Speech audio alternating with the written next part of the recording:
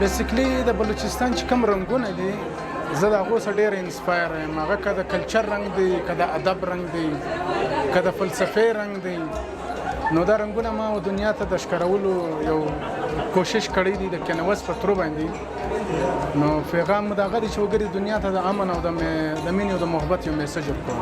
رڼا اصل کې اورال د پوره انسانیت لپاره یو د امن رڼا زه غواړم، د خوشحالۍ رڼا غواړم. هغه که د دنیا په هر ګوټ په هر ځای کې نو دغه مو خواهش دی چې په ګرد د نړۍ کې یو د امن او د خوشحالۍ رڼا جوړه شي. ظاهره خبره ده زه د دې کلتور حصه یم، نو دا خو زما هغه رنګونه دي چې روزمره زما په روټین کې دي، هغه ما پر خپل کینوس باندې راوستلي دي او کوشش مو کړی دی چې په یو ښایسته انداز یو دنیا ته ښکاره کړم. ظاهره خبره ده د کلتور یو داسې شی دی، بیا خاص کر د کوټې چې کوم ماحول دی دلته که پښتون دی که بلوچ دی، دا پر مینه او دا په مینه او په محبت څو قامونه دي، دا یو زندګي له قوم دلته اوسي په دا لکه بلوچ پښتون دا دواړه چې کوم دي دا مطلب مینه ناکه قومونه دي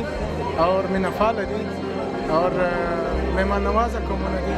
د خپل کلتور سره مینه ده د دې خلکو. یو ستاسو ته معلومیږي په دې کې ما یو ګیدرینګ ښکاره کړی دی چې دوې زنانې دي، د هغو دوه بچیانې دي او سپینې کوترې د امن او د مینې او د محبت علامت دی. باید چې په هر رنګه سچویشن سختې موږ دا کوشش وکړو چې یو د بل سره مرسته وکړو، یو د بل سات ورکړو او د مینې او د محبت یو پیغام پوره نړۍ ته ورکړو. زما یو انځور تقریبا یو کالم زه کار پر کوم، 15 میاشتې هم دي. داسې انځوران شته چې هغه په هفته کې هم کمپلیټه شي، خو دا پوره یو پروسس دی. هغه یو خیال چې دی هغه اول لاره موږ په ریټن ولیکو، د ریټنه بعد بیا هغه د تصویري شکل زور کوو.